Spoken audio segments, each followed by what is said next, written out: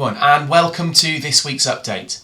It has been an incredible first week at the Halifax Academy, and I am so proud of everyone. It's been brilliant to see the students come back in their full force, to see them all, to see how happy they are.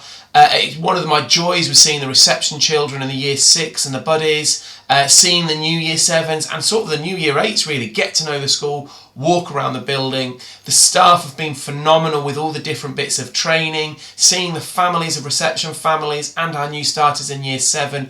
It's just been a wonderful, wonderful start. Full of joy, full of happiness, exactly as it should be. And I'd forgotten how much, or hadn't realised, how much I have missed having an almost normal school where we are not having to constantly remind students about social distancing, keeping bubbles safe, phoning families, doing track and trace. So thank you very much to everyone who has contributed to that. It's been a really, really brilliant start. So what I'd like to do today as well is just explain a little bit more about some of the building work that we've had going on and the investment that we've got in school and just some of the plans we've got over the coming years.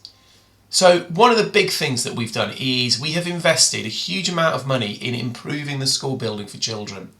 We realise that over COVID it can get a little bit stale, so one of the key things we've noticed is that idea of reading and making sure that we have a really rich reading programme for children. We've completely reorganised the way we look at reading in school. We have invested, or we're going to be investing, in a new library for primary students and a new library for the secondary students in that build. And this will take place over the next 2 years. Hopefully we'll get the primary build done this year and then the secondary build next year. And that's a really, really exciting opportunity that we've got and we're able to share with you. As well as the libraries, we are also going to completely redesign our approach to early years and EYFS. So this is because of that idea of that phase 1 approach where we're looking at years reception and year 1 as a whole.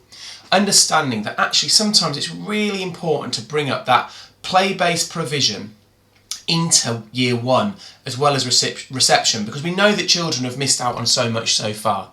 So what we're going to be doing is completely redesigning that. That's going to take place over this year, and we have engaged with a company who makes these amazing outdoor adventure playgrounds. Now for all of these plans, we're going to be sharing them with you. You can come and give us your ideas, your thoughts on them as we put them into place, and they'll be on display, some of these plans, in the primary phase, in the primary building, later on as we get them.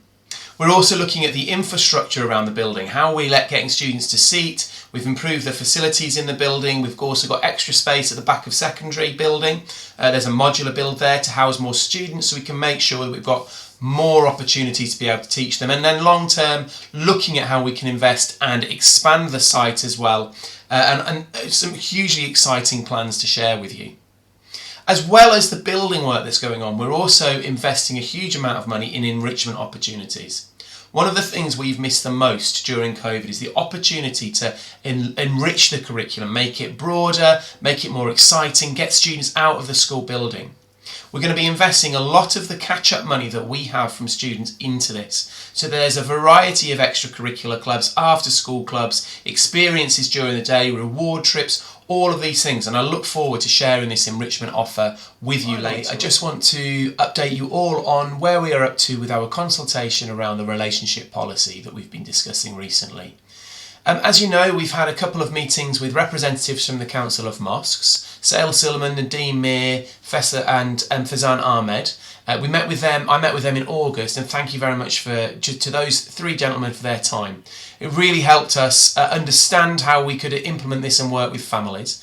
And then last week we also met with those 3 and Faisal Shaukat. And in that meeting we looked at how we can best share this with families, how we can get more information from the Council of Mosques, and a local imam is going to come in and help us deliver some training on this, and also have consultation meetings with family.